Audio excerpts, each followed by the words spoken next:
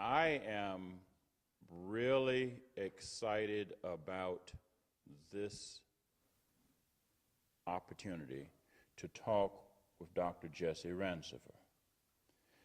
And I want to tell you why I am excited. All too often we think of Black history. You know, this is Black History Month. This is the last Sunday in Black History Month. All too often we think of Black history and we ignore the historic people who are among us. The movie Hidden Figures brought that out quite well in revealing women, Black women, who had been integral in various aspects of knowledge, and one of whom lived among us, but was not recognized until the end. And it dawned on me as we were in Black History Month, I was thinking, who are people that are among us that we need to acknowledge as part of history and acknowledge them while they are still able to talk about the history they made and talk about what makes their travel, their journey instructive for us. And so I reached out to Tracy Rancifer because Tracy's father, Dr. Jesse Rancifer, is one of those historic figures. Let me introduce him by doing this. If you pick up this book, Educating the Masses, at Pyramid Arch, and you turn to page 172, you will find a very concise history of Dr. Jesse Rancifer, a native Arkansan who was born in McGee, Desha County, where he received his public school education. He received his college education at AM&N College. It's not UAPB then, it was AM&N, don't mess it up. He received a Bachelor of Science in Mathematics education. Then he went on to Tuskegee, Alabama, Tuskegee Institute, to receive a Master of Science in Mathematics and Science education. And then he went to Kansas State University in Manhattan, where he got a PhD in mathematics. He did postgraduate studies at the University of Arkansas at Fayetteville. And he began his career in public education in Jefferson County and left public schools, however, began in higher education, the University of Arkansas at Pine Bluff, where he's Associate Professor of Mathematics. He also had a tenure as Assistant Dean of the School of Education at UAPB. And then he went back to public education, where he served for a time as Associate Superintendent of Schools at the Little Rock School District, where he was in charge of teacher education and curriculum. I'm just giving you the high points. Yes, sir. Dr. Rancifer, welcome to New Millennium Church. And I want to ask you, first of all, I know you have a prepared remarks. I want to give you a chance to give your prepared speech, and then we want to have some dialogue. Is it okay? That's fine. All right. You're in charge. Well, You're my leader. I don't believe that very many people have had the pleasure of having Dr. Jesse Rancifer say they were in charge of him. You've usually been in charge of other people. Well, you know, there comes a time. Tell me, first of all, what is it, the presentation, what do you want to tell us? Oh, Lord, you need to sit still. I will just kind of begin with a little history. You know, sometimes, you know, when you talk with young people, they don't have a real good feeling of the struggle we've had and how much we have accomplished over the years. And and our accomplishments that we have been able to achieve. They've been able to deliver us to where we are today. Yes, sir. Mm-hmm. And sometimes we don't give that enough recognition because we don't know how painful it's been. But we have had tremendous amounts of difficulty to get to where we are. Yes, sir. Mm-hmm. Talk about some of the difficulties you've gone through and overcome. Oh, when you go back to, see, I grew up in Southeast Arkansas. Anybody know where Southeast Arkansas is? I remember when my dad he was telling me about how he ended up in the McGee area. He grew up in Brookhaven, Mississippi. Oh. I don't know. Anybody know where Brookhaven, Mississippi is? Yes, sir. Oh, okay. Well, good. That's where he grew up, and he didn't know about North Mississippi as I had experienced, But North Mississippi was a little different from South Mississippi, But that's where he grew up. And how did he get to McGee? He took a job early in his life with the Missouri Pacific.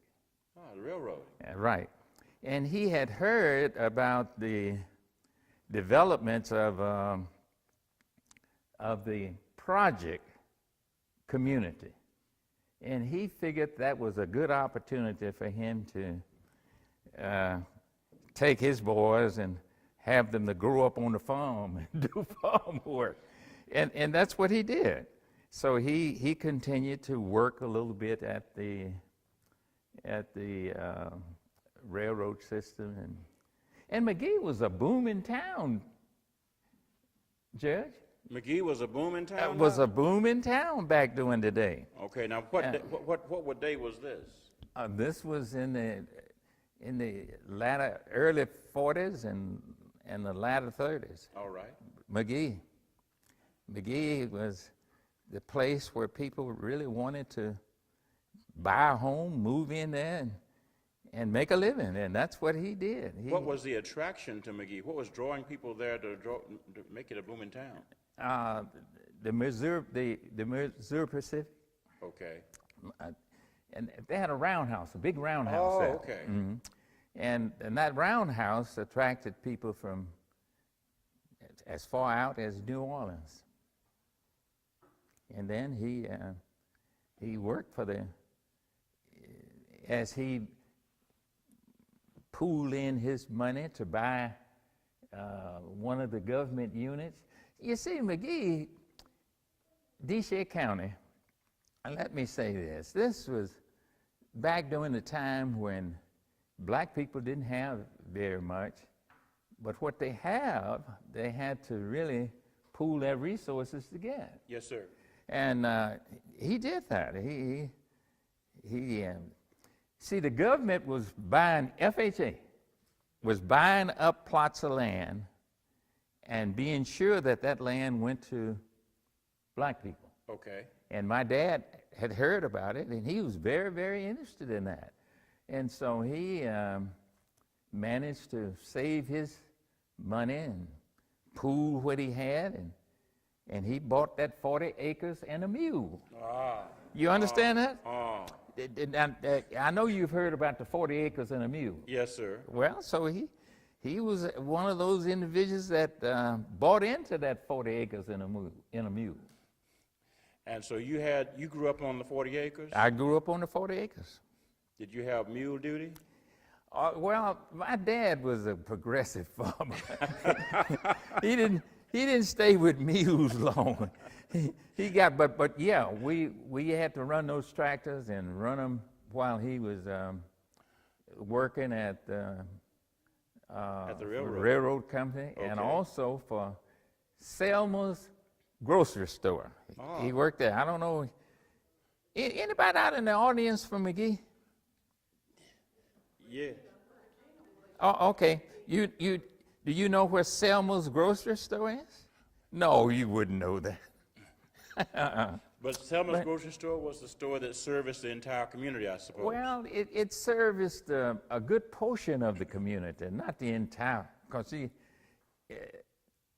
people that was in the food business, they managed to buy larger supermarkets, and that put a little pressure on Selma. All right. You understand what I'm saying? Yes, sir. Okay. And but anyway, How did you get from McGee to AM&N? well, you know, back during the day, I participated in 4-H club, and I think that's when I first met you, Joyce, at 4-H club. Oh, so you know Joyce Williams? Yes, I know Joyce. When she was Joyce McClendon then. Yes. Now, where'd you meet Joyce McClendon? UAPB. At AM&N? Well, no, 4-H club. Might have been 4-H club. AM&N. Okay, AM&N. All right. And so you and Joyce Williams were at AM&N together. Yeah. And what years were you at AM&N, Dr. Rancifer? I was at AM&N, UAPB. As an undergrad. Right. 1954. Thank you, Joyce. So 54 to 58. Yeah. And you got your undergraduate degree in mathematics. Well, I was kind of floating from mathematics to agriculture, and you know, just whatever would work. Whatever was good, decent employment. And then from AM&N, you went to Kansas State. Well, no, I didn't go directly. I worked in Verizon, you know. Oh, you went to Ryzen. I went to Verizon. Teaching. And so you were teaching school in Ryzen, Arkansas. Teaching mathematics and agriculture. Well, I did a little both. And after, how long were you at Ryzen? Oh, I was at Verizon, I guess 2 or 3 years. Okay. After Ryzen, what did you do? I came into the Jefferson County school system. I worked at Sherrill for a year, and then I remember back during that time, President that was shot. President Kennedy? President Kennedy was Yes, sir. was shot, and I don't know. I figured it was time for me to get out of not working in Jefferson County any longer, and I came on in and I took a job in the Little Rock, not Little Rock, Pine Bluff School System. Pine Bluff School District. Yes, sir. Were you teaching math there too? Yes, I was teaching mathematics. What was the difference between being in Pine Bluff and being in Sherrill? Oh, gee.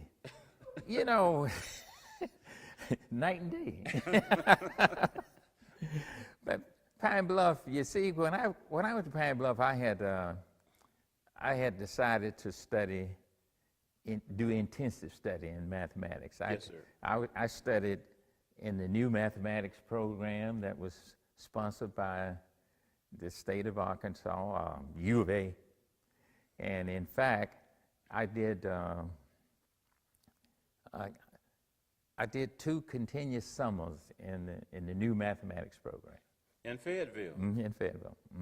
In fact, I thought that I would just go ahead and complete my master's at Fayetteville, but you know, when I go back and look at it, I needed 9 hours to complete the Fayetteville master's program. Yes, sir. In that, I needed 9 hours. And I could get the 9 hours at Tuskegee Institute and not pay a penny. Oh, wow. See, and that was a situation where they would pay me to go to school. Yes, sir. And so I had it all figured out. I said, if they're going to pay me to go to school, I need to get all that I need to get out of this institution. Yes, sir. Before I leave it. Yes, sir. And so I took the 9, you know what, let me share this with you. It's it's a funny thing about when you talk to people. There was a man in my neighborhood. He was working at UAPB at the time, UAPB at the time. Yes, sir. James Bell. And he told me, he says, Jesse, say, look, I wouldn't even think about whether I was going to complete that 9 hours you say you need to go to Fayetteville again. I would go on to Alabama, Tuskegee. Yes, sir.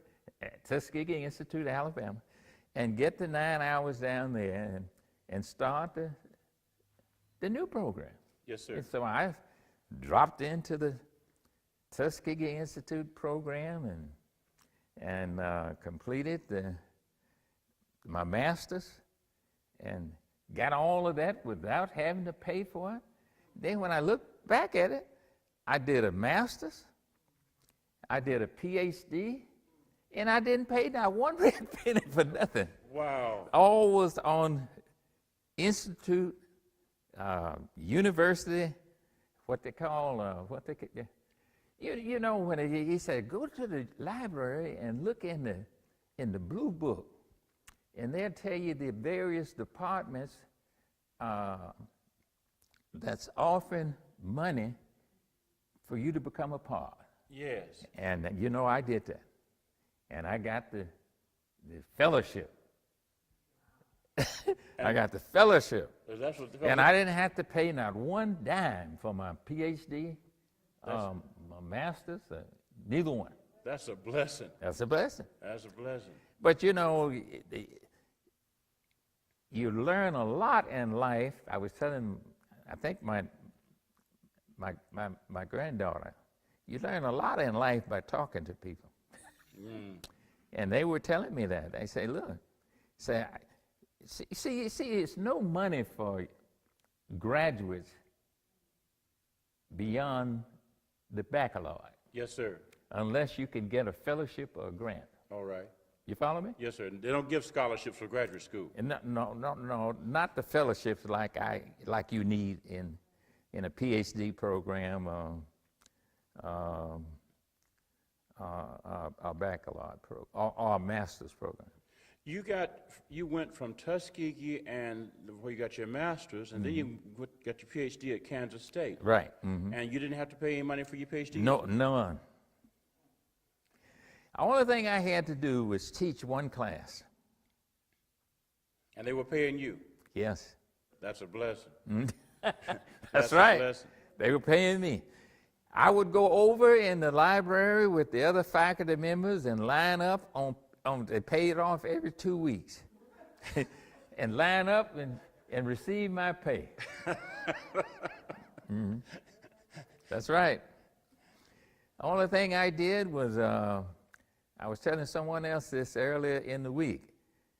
I had one professor that taught a class in Topeka, and he wanted me to go to Topeka with him every Thursday evening. And what he would do, he would pay for all of the extras. I said, now look, you know, I'm a student. You're the university man. And he paid for all of the extras in terms of what we needed to have a nice outing the evenings that we spent in Topeka and getting back into Manhattan. Wow. Mm-hmm. Dr. Rancifer. Yes, sir. You were doing graduate school, master's, and PhD training during the time when the civil rights era was really, really expanding, and you were getting a PhD in mathematics when there weren't very many black people, let alone black men, getting PhDs in that field. What was that like?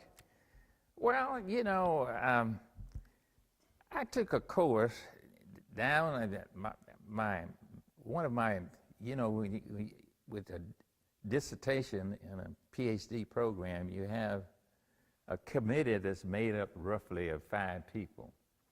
And one of the individuals on my committee, he was telling me, he says, Jesse, I know you have had a lot of courses, and we're going to put a lot more on you, but you need to just keep in mind that some of the courses you take, you just broadening your field of understanding. And he says, there's a course that I don't have many people signing up to take that's in your field. Mathematics education is what I was pursuing with curriculum and instruction emphasis. Yes, sir. Mm-hmm. And he says, now what you ought to do, it's a course that I have found that people really benefit a lot from here. I said, what course is that, Dr. Bias? He said, this course is the history of mathematics. He said, why don't you go down in the mathematics department and talk to the department chair, he's expecting you, and tell him that you would like to take a course down here. And I want you to take more than one so you can become familiar with the programs that we have there. I said, well.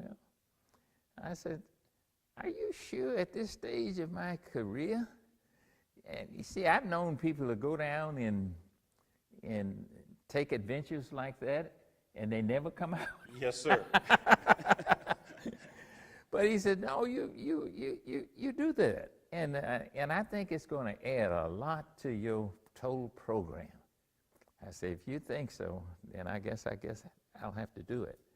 And I went down there, and the course I started out with was the history of mathematics. And that was one of the better courses that I've had, history. And this, and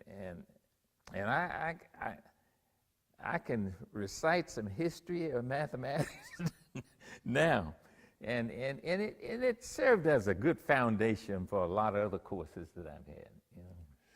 You and I, in my preparation for this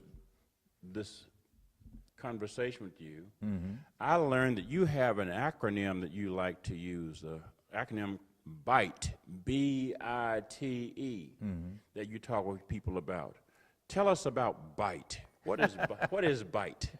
Oh, you know what? That's pretty interesting, because on our way to the church, this,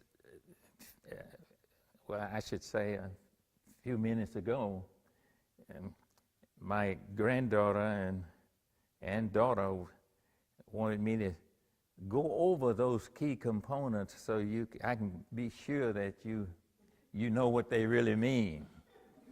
I'm glad that I brought them up then. Yeah. And in that regard, I want to give credit to your daughter Tracy Rancifer and your granddaughter Gabrielle for their presence here today. Thank you for coming up here and being the cheering team for your father and grandfather. Well, I tell you, they have carried me over that. They said, now look, now you can't be up there with Judge Griffin and you don't remember. You can't do that. Okay, so let me get you back to BITE then.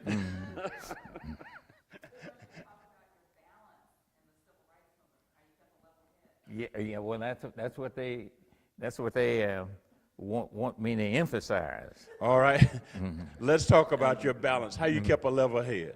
Well, you know, it would take me a long time to get through all of the different educational experiences and then too, I think about a young man that, you know, when you have spent as many years as I have. Now, Joyce, you know what I'm talking about. When you spend as many years and you get all of the different student experiences they share with you. And I had a young man that came to me, and he started telling me, talking to me. I had to kind of put my face up under my arm, try to muzzle the conversation. He was in my class, and I said, now what is it that? He said, you know, I'm the oldest student in your class. I said, this is at the university now. Yes, sir. And I said, well, why would you emphasize the oldest student? I'm married. He said, what I need to do, and let me tell you, give you a little more background on this before I get to it. All right. But I had to figure out a way to develop a little more interest with my students, when I was at the university. And I might have been working I was working at Conway then, UCA. And so I said, well, maybe what we'll do to start the semester off or start the year off, we will allow students to talk about what in the world can be done to develop more interest in learning at least one day per week. And we would use that day for Friday. Okay. So this young man, he told me, he said, Dr. Rancifer, so what I'd like to do is tell the students how they can have a better relationship with their wife. I said, wait a minute. I said, I don't know when I have that many students in here that's married like you. Oh, well, they'll like to hear this. I said, what? They'll like to hear. I said, okay. David, his name was David. And I said, David, go ahead and I said, what is it you want to say? Give me a kind of an introduction to it so I'll know it's in line. and I don't want it to be something that I get thrown away from the university. Well, how did you get him in line? Oh, well, I listened to it first. He says, what I want to do is tell him how I could keep my marriage on the up and up. This was in your math class? This was at the University of Conway. At the University of Conway. You're teaching teacher education? Yeah. Okay.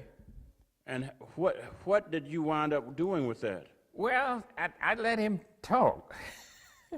But I had to be sure that he was saying something that was not off limits for students to hear. Right.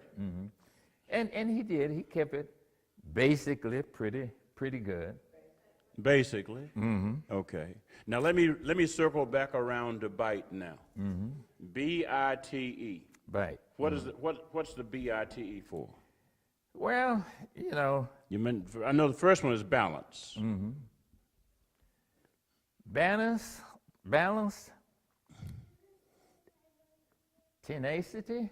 Yeah, balance, integrity, tenacity. And education. And education. All right. First part is balance. Why is balance important?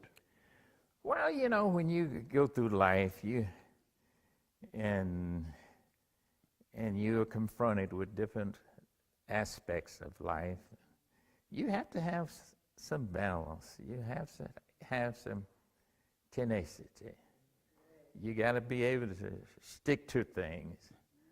And then you've got to be able to hold on in such a way that you can get to what you're trying to do, accomplish what you're trying to do. Okay. And that's the part that education comes in. You see, you're dealing with aspects of life that's developing educational components all your life. Okay. You follow me? So you're talking about lifelong learning before the term came into vogue. Well, yeah, in a way. You are a lifelong learner. And all of those things require balance, integrity, tenacity, and education. And education. Talk about the tenacity part, because you keep going. You keep going. Well, you got to stick to it. You got to stick to it. You see, life is. I go back to a movie, and you ever see that movie about the? Let me see. he said, life is not a bed of roses. Yes, sir. Yes, sir.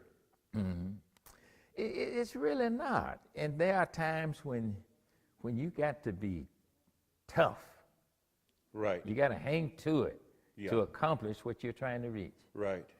I remember when I first went to Tuskegee, I think the second year I was down there, Tuskegee was on a double summer program. All right. You know, you do the first summer session, then you do the second summer session. You follow me? Yes, sir.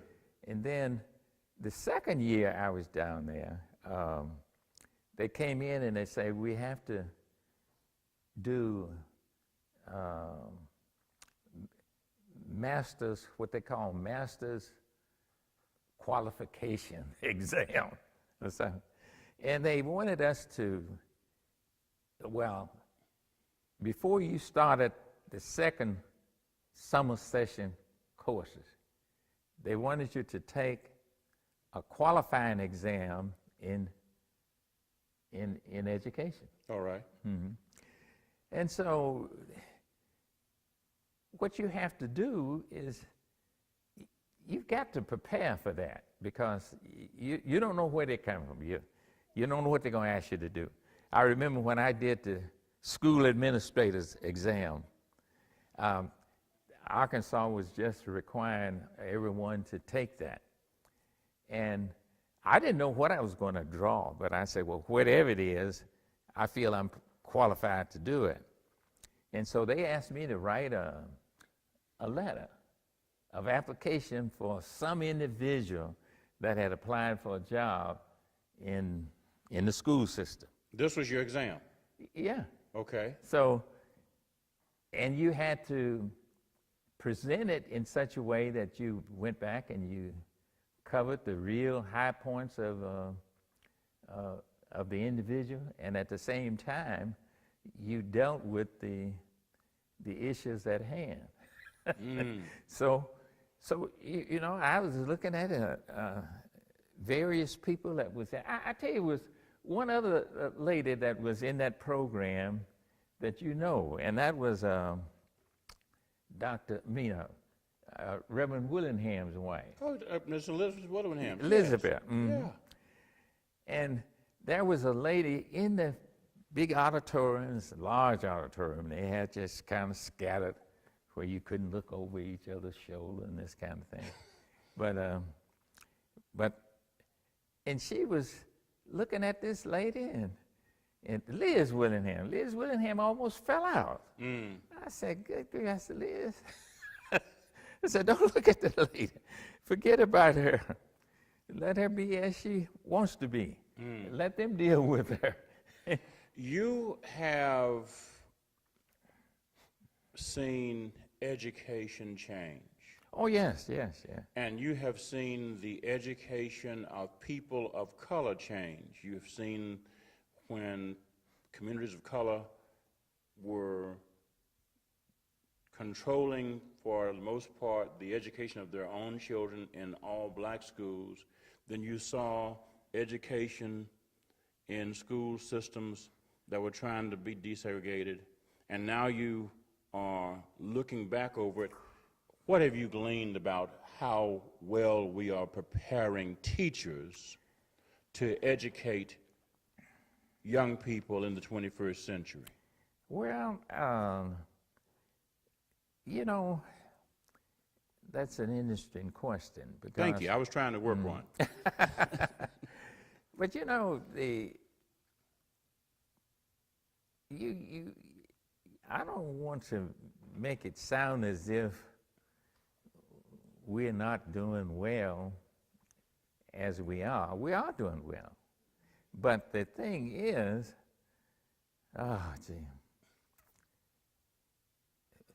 you reach that point in life, especially when you get my age, and you look back and you look at what's happening right now, how much we're folding into education, and how much we're putting into real effort to maintain a high level of functioning at education.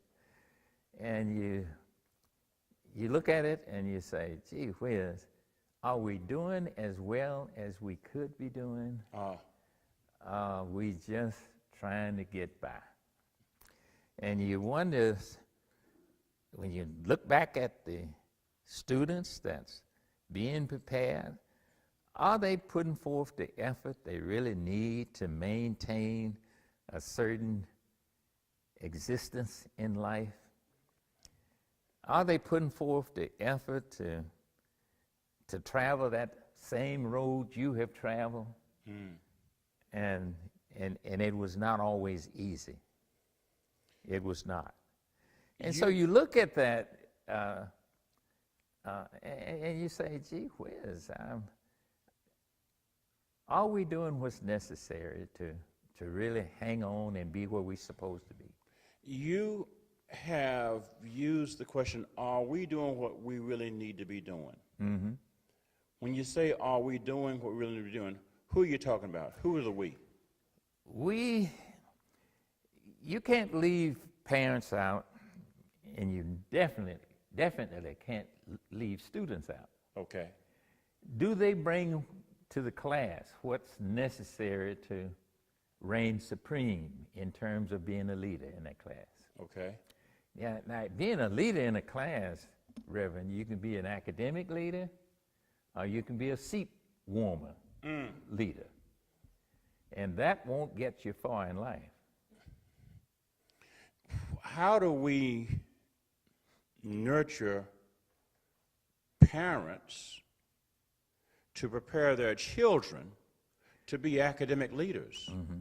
Let me tell you what one of the things that I found out when I was doing research in mathematics education and looking at various options of what parents need to do to be sure that the students, their kids, I'm saying students, but their children was taking the necessary courses in mathematics that would give them more of a guarantee in terms of being accepted in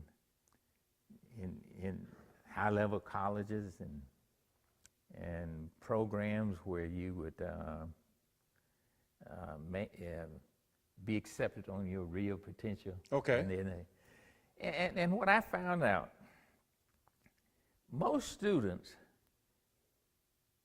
at the secondary level, high school, that's right, had not been told about the importance of studying certain courses in mathematics. Okay.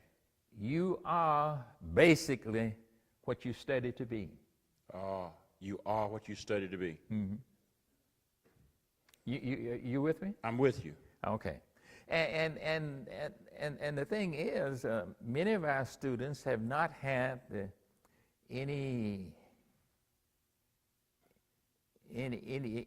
well, I just call it help. Any help in selecting the right courses. Okay.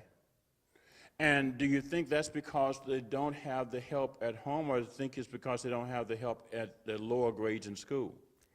Well, it's twofold. You know, sometimes they don't have the help at home. Sometimes the parents are working when they get in from school, and they don't have time to help them. And all of this has a lot to do with the overall development of the child. I want to ask you, and I'm going to throw the floor open for questions. What can we in the faith community do? Well, you know, here in Little Rock, I saw something in the paper it might have been last year. So somebody may need to help me where they were having.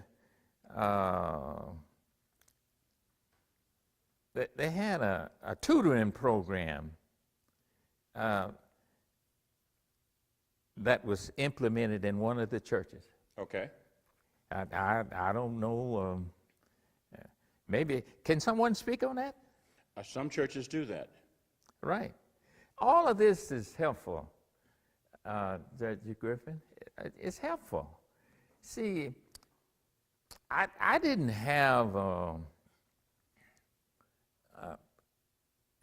educated or parents that knew all about what I know about education. I didn't have that, but they were interested in schooling. All right. You follow me? Yes, sir. So in other words, we knew that we had to, one of the first things we had to do was to get our lesson out when we got in from school. Mm-hmm. And you emphasize that, and you'd be surprised when you emphasize something, how much that behavior is practiced. And that's what my parents did, and a lot of them didn't appreciate education as I do, but that's understandable. The work that your parents did put you on course to make a difference in the lives of other children. Well, that's I would like to think so. I think that there were times when I won't say that like that. I don't know whether I always valued education, and no one had to tell me to get my lesson out. Mm-hmm. I want to throw the floor open for questions now. Okay. You stay there, and I'm going to walk out into the audience so that the questions can be heard over the video. Who has questions, Dr. Rancifer? Dr. Rancifer, I just want to personally thank you for your contribution to humanity, to education, and to the shaping of the minds of young people. Your generation paid a great debt, and we are appreciative to you for your contributions. And I am so pleased that this is documented in Educating the Masses. I am grieved by what is happening in our education system today, especially here in Arkansas. Unfortunately, I don't see that we have that generation of educators from your era committed and dedicated, especially to African American children. The African American teachers are having a lot of struggles in the classroom. There are a lot of psychological issues that they're dealing with, and all of this, of course, has an impact. All of these factors are impacting their availability and accessibility to contributing, yet you had those oppositional forces to work through as well. What can you share as a veteran to young African American educators to deal with the oppression that they're dealing with in the system today? Because this is nothing new. You mentioned that it was very difficult for you and your generation. What pearls of wisdom can you leave for educators today? Oh, gee. Well, gee whiz.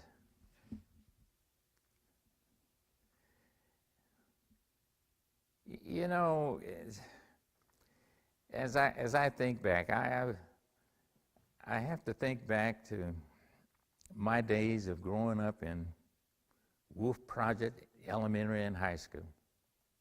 Wolf Project. This was, let me describe the setting for you so you'll understand why I speak as I do. Back then, the Wolf Project, elementary and high school, you know, you didn't, parents had, our teachers had excellent control over students. Now, some would say they don't have it now, but I'm not going to say that they don't have it, but you did what teachers told you to do. And I'm not saying you have to go back and beat something into a child that they seem not to show that they have. I'm not going to say that. But as I think back during my time in the classroom, students knew day one that I was in charge of that classroom. They knew that I was the leader in that classroom. And I was not going to take no foolishness. And I carried that same behavior to Pine Bluff High School. I left Southeast High School, and I carried that behavior. And they say, you have a take charge behavior. I say, if I'm in charge, I better be. That take charge behavior is something challenging now, because nowadays parents and teachers said they're afraid of students. Well, you know, I told a young person when I was doing a pet program. I don't know whether that pet program is still operating, but you know what? I went through all of those programs. I went through the one for the school administrator. I went through the one for teachers, and I just felt that if I had to be out there and be in charge, I needed to be the one that was on top of everything that was to be presented. But how did you, I mean, unruly students are not new. And if I may suggest, unruly parents are not new. No. So how did your generation of teachers, of educators, deal with the challenge of unruly parents and unruly students so that you maintained the required discipline needed to have an educational setting where you could be the leader in that classroom? Let me tell you this. I was working at Pine Bluff High School. And at the time, no, I was at Southeast. I was at the Southeast, but I was driving school bus, and I had to pick up students at Indiana and Southeast. The Southeast was the terminal point for me because that's where I was working. But anyway, I had to take the kids that was on my bus down Ohio Street. You know where Ohio Street is? Yes, sir. Okay. Down like you're going back out to Star City, but you're going on the back road. All right, sir. But there was a parent, and I was picking up black and white kids. Yeah, you hear me? And the parent came out to the bus, and I drove down the lane where I could turn it around, and I told her, I said, ma'am, this was a white lady, you know, and I had torn that boy's butt up. Excuse me. Yeah, but he was back there. I was looking at him in the mirror, and he was just pulling the girl's hair, just pulling it, just like it was his. And I told him when he got to the front of the bus, I just pulled him across the driver's seat, and I lit him up, you know. And so then I thought about it after I had driven all the way back out to the street. Yes, sir. I said, oh man, I have torn this boy's butt up, and he's of a different person. Everything. I said, but I can't take it back now. I can't take it back. So I just got to go in here and tell her. So I got out of the bus, closed the door, and I went in and I talked with her. And she said, sir, you get back on that bus and go on and finish your bus run. That boy needed that. And I have never looked back at it. So from that point on, I was not looking back at it, and I never looked back at it. Well, now, Dr. Rancifer, to be sure, that was one parent saying, okay, that boy needs it. There are other parents that say, don't you touch my child. Well, yeah, maybe, but I think it has a lot to do with how you carry and conduct yourself. Okay. I have done that. I've had some pretty difficult moments from the classroom to the bus station and to the campus. I remember once I pulled the daggum bus up and got off, and there was a kid that had been misbehaving, and then he's going to misbehave some more on campus going in. And the principal I think he might have been looking at it. But when he started his little shenanigan again, I turned around, I looked at him, I said, boy, you've had your play on the bus, now you end that. No, And before I knew it, I had popped him right upside the jaw. And the principal came out, he looked and he said, I saw what happened. I said, I don't know whether you saw all of what's happened. He said, bring him in to me and you write up the report. And that was, I thought it would be my terminating career. The question I want to ask now is, and this is the last question I'm going to ask, if you had to do all over again, would you be an educator? I think so. I think I reached the point where I enjoyed doing what I did. I would be an educator. On behalf of a generation of people who received the kind of education you gave out, and I like to tell people, if anybody wants to know why my generation is behaved as well as we are, it's because of educators like you, who are the leaders who set the standard for how we learned. And I want to give your daughter credit to give you some props, because see, you get a chance to have her be the teacher a little bit now. Okay, Tracy? Dad, I was going to say, why don't you mention how it was for you growing up and then how it was for us growing up in smaller towns and children back years ago? Because the neighbors looked out for you. You said the churches, everyone kind of looked out. So when you were walking around, if you behaved in a way that got back to your parents, why don't you mention some of that? Because I think that's a lot different than the way children grow up now, that sense of community. I'm not sure I understand what you're saying. Well, when you were growing up, if you cut up in the neighborhood, did your parents learn about it? Oh, yes. And what happened? How did your parents learn about it? Someone in the community told them. And would the person in the community straighten you out before you got home? Oh, yeah. Is it that way now? No, I don't think so. You see, that's what someone was saying, I don't know, earlier about the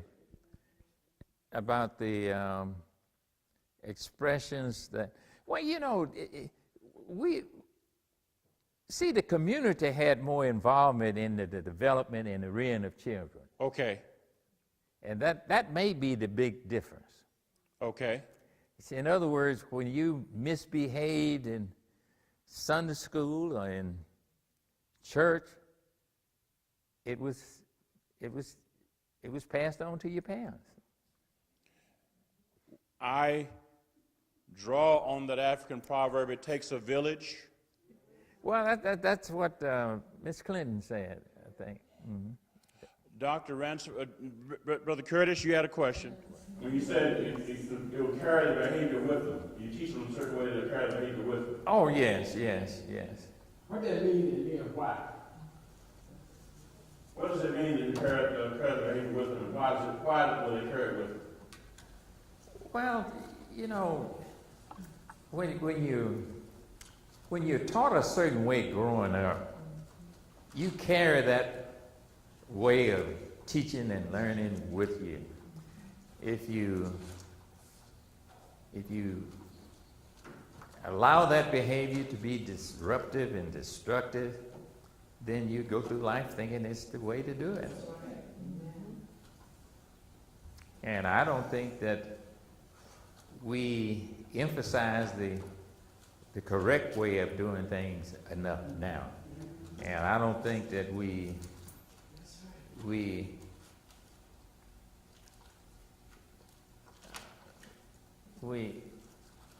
see, getting back to, we've got to get away from this, you can't tell my child nothing. You got to get away from that. If you're an adult in a learning setting, your child can be told something.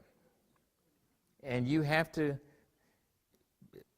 share that with your children, pass it on with your children, and pass it on to the persons responsible for your children. And they'll know it's okay to do what you know is all right. I would never be one to tell a parent that you cannot discipline my child. I would never do that. But you see, you hear parents saying things like that. You can't tell my child anything. Oh, gee. And I just have to have a talk with him when I hear that. Let's give Dr. Rancifer a round of applause.